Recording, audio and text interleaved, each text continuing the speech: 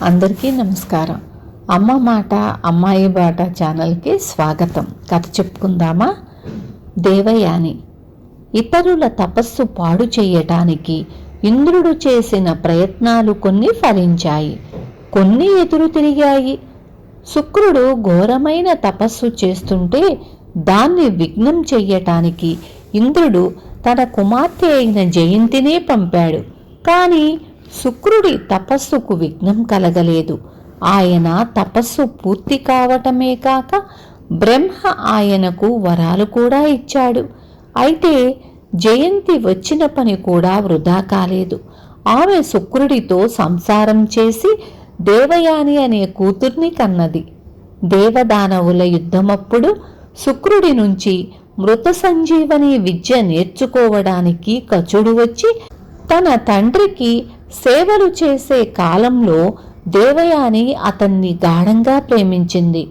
కచుణ్ణి రాక్షసులు ఎన్నిసార్లు చంపినా తన తండ్రి చేత ఆమె అతన్ని బతికింపచేసుకుంది.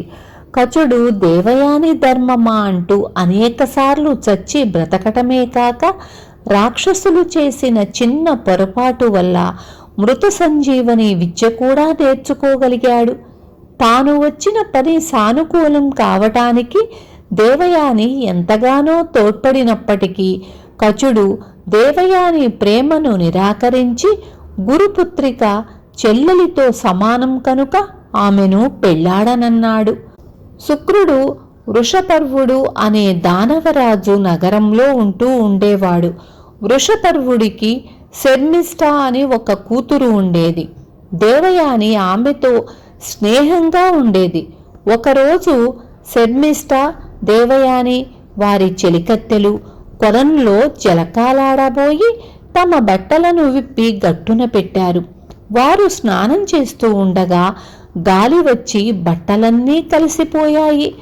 శర్మిష్ఠ కొలనులో నుంచి బయటకు వచ్చి చేతికి అందిన బట్ట తీసి కట్టుకుంది. అది దేవయాని బట్ట.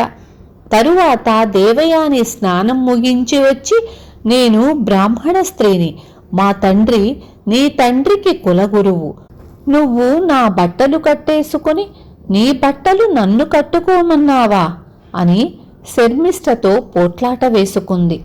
నీ ఎక్కువేమిటి, మా నాన్న కింద నీ తండ్రి సేవకుడు, ఏం చూసుకుని నీ కళ్ళు నెత్తికి వచ్చాయి అంటూ శర్మిష్ఠ దేవయానిని దారిలో ఒక బావిలోకి తోసి తన ఇంటికి చెలికత్తెలతో వెళ్ళిపోయింది.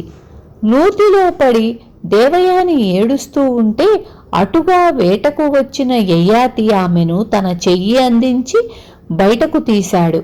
ఈలోగా దేవయానిని వెతుకుతూ గార్నిక అనే పరిచారిక వచ్చింది. అయితే దేవయాని శర్మిష్ఠ ఉండే నగరానికి వెళ్ళ నిరాకరించింది. ఈ సంగతి తెలిసి శుక్రుడు కూడా వృషపర్వుడి నగరాన్ని విడిచి వెళ్ళడానికి సిద్ధపడ్డాడు. అప్పుడు వృషపర్వుడు తన కూతురి తప్పు తెలుసుకొని ఆమెను దేవయానికి బానిసగా ఇచ్చేశాడు. యయాతి తన చెయ్యి పట్టుకోవడం చేత పాణిగ్రహణం జరిగిందని అతని తన భర్త అని వాదించి దేవయాని అతన్ని పెళ్లాడింది. ఆమె కాపరానికి వెళ్ళేటప్పుడు శర్మిష్ఠ కూడా ఆమె వెంట వెళ్ళింది. యయాతికి దేవయాని పిల్లలను కనలేకపోయింది. కానీ యయాతి రహస్యంగా శర్మిష్ఠకు కొడుకులను కన్నాడు. ఈ సంగతి దేవయానికి చాలా కాలానికి కానీ తెలియలేదు. అప్పుడు ఆమె తన తండ్రితో చెప్పి యయాతికి వృద్ధాప్యం వచ్చేటట్లు శపింపజేసింది.